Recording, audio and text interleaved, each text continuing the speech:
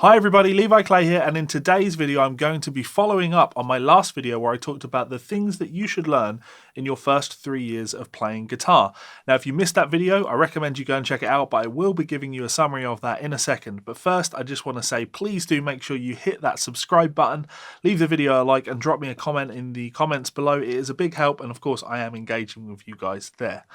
So, in summary, the things that you should be learning in your first 3 years of playing the guitar will differ depending on who you are as a player, what your wants are. You have to work out who you want to be as a player, what your goals are as a player, to really work out what you need to be working on. I thought it would be good to do a follow-up on that video and talk about my own personal practice routine, because my practice routine is obviously going to be very different from yours, but I know it's a subject I get asked about quite often because everybody's interested in what other people practice. And I'm happy to share that with you. So of course I have been a working professional musician now for well over a decade. I've been working in the industry. I've been playing the instrument for about 18 years now, and I know this is a bad thing to say, but I don't practice as much as I should. I don't practice as much as I would like to. I try and put in as much time as I can, but of course my day is filled with music related work because I need to pay my mortgage and all of that stuff. So I'm a little bit lacking on the personal side of personal development. It doesn't mean that I don't practice, but I wish that I could do more. I guess in the back of your mind when you're a working professional, it's very easy to convince yourself that the work you're doing is practice. And I don't actually think that's the case. I think the work that you do really just helps to keep things in shape or in check, but it doesn't really help you to push forward and develop as a player. And some of the elements that I'm going to talk about in what I consider to be my practice routine might actually give you that idea that they are about maintaining what I have rather than pushing and developing. Though of course there's definitely a bit of both in here. So the first thing that I tend to do in a practice session when I pick up my guitar is I do a warm-up, and my warm-up usually just consists of alternate picking drills. Now I want to be clear on that. I'm not talking about your old 3-note per string Paul Gilbert things or your 2-note per string Zakk Wylde things. I'm talking much more kind of a bluegrass ideology to this. I work on a lot of cross-picking drills.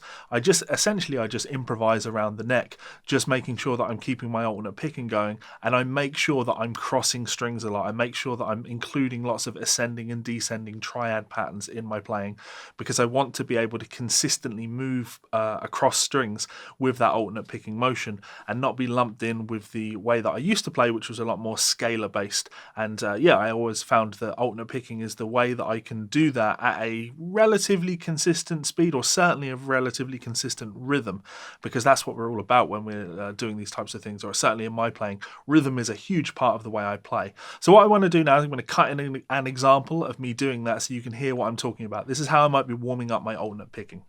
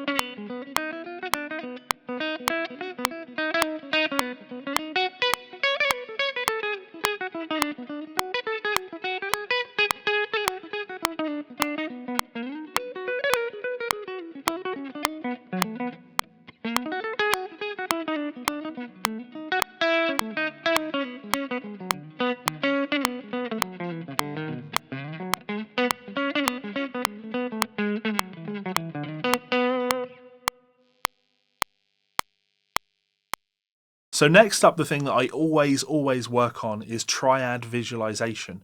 Now, my method of teaching, for those of you that are private students of mine, you'll already know this, I am extremely heavily skewed towards triads as my method of visualization and the way that I craft my melodies. I think it's the reason that when I play, everything I play sounds like the chord that I'm playing on. It's because I'm so focused on that actual chord. So one of the exercises that I love to do is to take my basic triad voicings, and there are 12 of these little closed voice triad voicings that exist, and I will just move around the neck, maybe moving for a chord progression like C, F and G. I'll move up the neck as high as I can, then down the neck all the way down. I might change chords along the way. I might decide to play in time, as in have 2 bars of C, 2 bars of F, 2 bars of G, and 2 bars of C, or I might play all the way up using C, then all the way down using F, then all the way up G, and all the way down C. The point is you're just trying to keep this mixed up. Now, in order to make sure this still feels like practice, I'm always focusing on pushing the tempo. I can always do this at 40 BPM because that's incredibly slow. The brain isn't having to work so much. My personal practice routines are very often not focused on my fingers as much as they are my brain. It's about keeping my brain engaged with my fingers. So as you start to push those tempos up, 40 BPM becomes 60 BPM, it might feel a little bit more challenging. 60 BPM becomes 80, we're definitely getting challenging. You get into the 100 BPM plus territory, you're really going to have to be thinking a lot when you're doing this. And when you can move away from having to really focus your attention on the task at hand, you find that your playing opens up and you listen and react a lot more. So let me cut in an example of that so you can hear what I mean when I talk about that specific exercise. That sounds like this.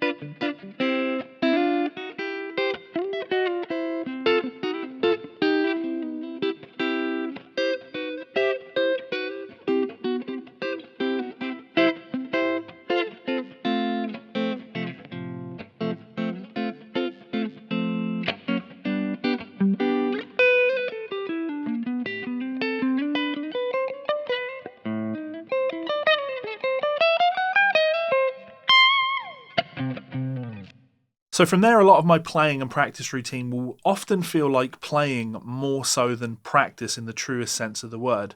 But there's definitely an element of true practice in what's going on here because I am so interested in swing. I'm so interested in sitting in the pocket and grooving. I'm so into that vibe that you hear when you listen to the early jazz players, when you listen to, and of course, you know, groove is an important part of any genre of music. If you just listen to someone like Charlie Hunter, you're going to hear incredible mastery of groove. So that's something that I'm really, really interested in. So I make sure that I put on my metronome on 2 and 4. This is really important.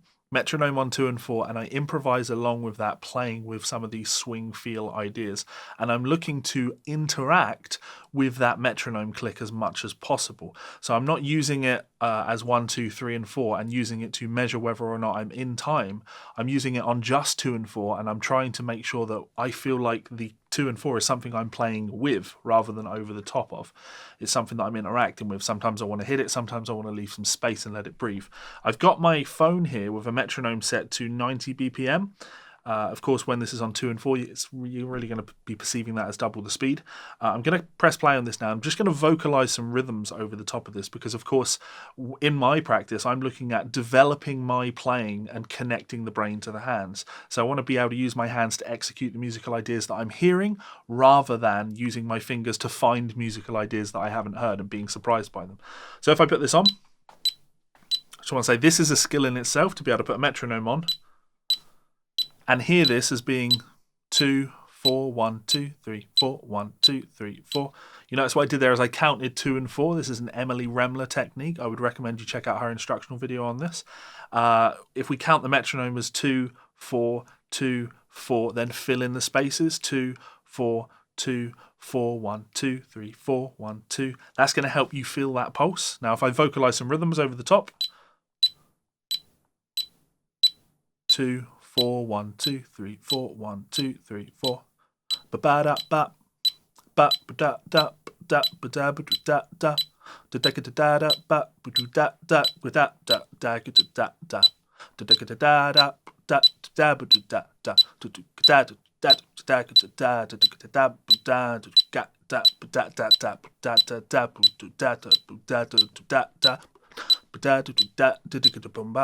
da da da Now, I'm trying to be as interesting as possible there, and honestly, I do that in Skype lessons with students often, just to show them that sense of how much fun you should be able to have with that.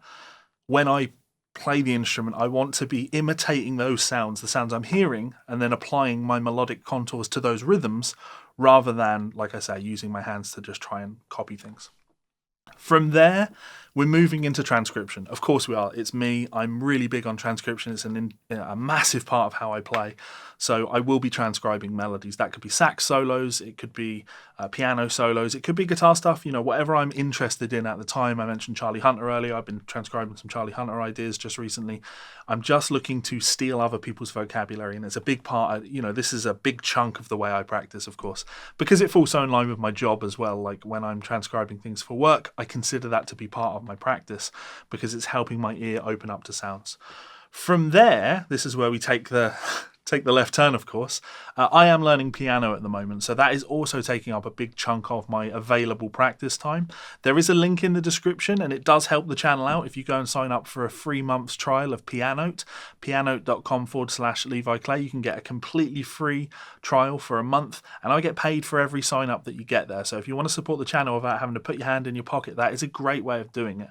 And I don't recommend Pianote for any reason other than it is a service that I personally use. So as part of my piano practice routine, I log on to Piano. I am a lifetime member on Piano. I had an annual membership and then I upgraded to lifetime because I found it really interesting. I found it very useful in kind of engaging me in practice. And I will either look at some song material, or I will continue on with one of Lisa Witt's foundations courses, method course things. Sometimes I might go for something like Cassie Folk's technique stuff, but generally speaking, I'm following Lisa Witt's course that she's designed on there, and I found that's been helpful for developing a sense of independence. But outside of the piano stuff, reading is something that I'm also trying to work on and apply on the piano. And of course, I'm a reader on the guitar, and you'll notice I didn't really put any reading practice into my guitar routine there, and it's because I'm not practicing reading. But yeah, it's something that obviously I need to practice on piano. I'm playing a lot of boogie woogie stuff on the piano at the moment. I'm using a great book for that called Boogie Woogie Hanon, which is a boogie woogie, that's a funny word to say repeatedly, right? It's a boogie woogie take on the classical Hanon book, which is technique exercises. So working on those exercises and using, focusing on chord changes in my left hand, independent bass lines in my left hand, and then either improvising with chordal stuff on top of that, or improvising with melodic stuff on top of that.